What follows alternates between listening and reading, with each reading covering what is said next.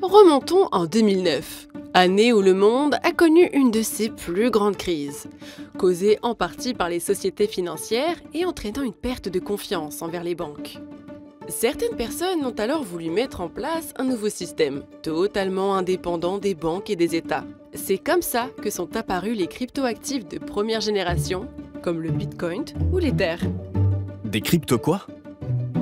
Les cryptoactifs sont une nouvelle génération d'actifs. Ces actifs comportent des risques, parce que l'argent investi n'est pas garanti, comme des placements boursiers.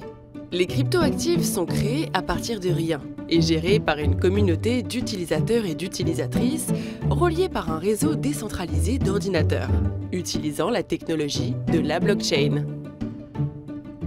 Blockchain, ça veut dire quoi? La blockchain est une technologie qui permet de stocker et transmettre des informations de manière transparente et sécurisée entre des individus qui forment entre eux un réseau. Au lieu de passer par une banque, un tiers en qui on a confiance qui valide un transfert d'argent ou une transaction entre deux personnes.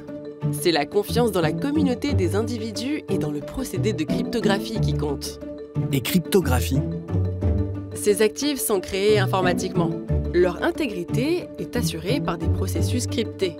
Chaque donnée entrante reçoit un identifiant numérique unique et infalsifiable. D'accord. Mais qu'est-ce qui distingue les cryptoactifs de l'euro, par exemple? Les cryptoactifs ne possèdent aucune des trois fonctions d'une monnaie.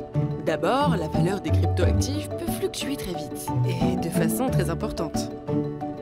Ils ne peuvent donc pas être utilisés pour fixer le prix des biens ou services. Ensuite, les cryptoactifs ne peuvent pas non plus être utilisés comme épargne sécurisée, car leur valeur est trop variable dans le temps. Par ailleurs, comme ils ne sont pas reconnus comme moyen de paiement officiel, ils peuvent difficilement être utilisés pour faire des transactions. Enfin, certains cryptoactifs peuvent être très énergivores. C'est beaucoup plus clair. Je suis contente que cela te paraisse plus clair, mais attention, détenir des cryptoactifs n'est pas sans risque. Ah oui? Pourquoi? Tout d'abord, il n'est jamais garanti de pouvoir échanger à parité ces cryptoactifs contre de la monnaie légale. Ensuite, si tu as des cryptoactifs, tu t'exposes à des risques de fraude ou de piratage importants.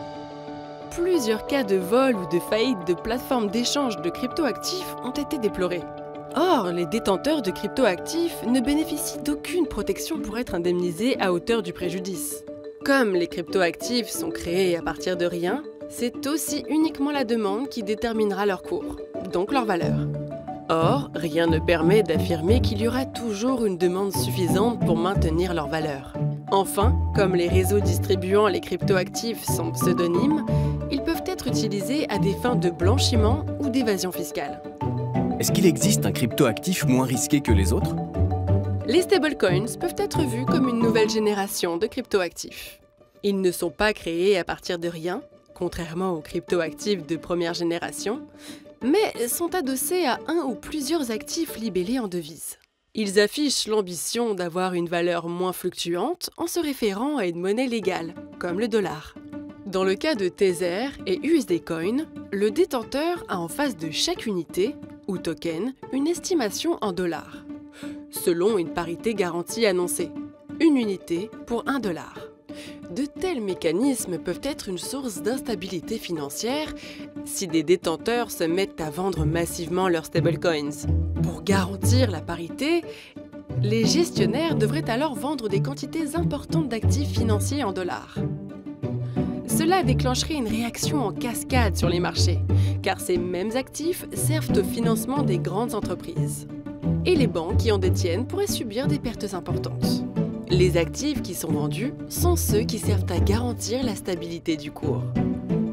Il y a une réglementation pour encadrer les cryptoactifs?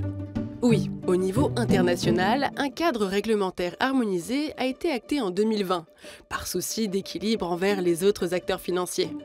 Et en Europe, un règlement MiCA encadre les émetteurs et les plateformes d'échange de crypto.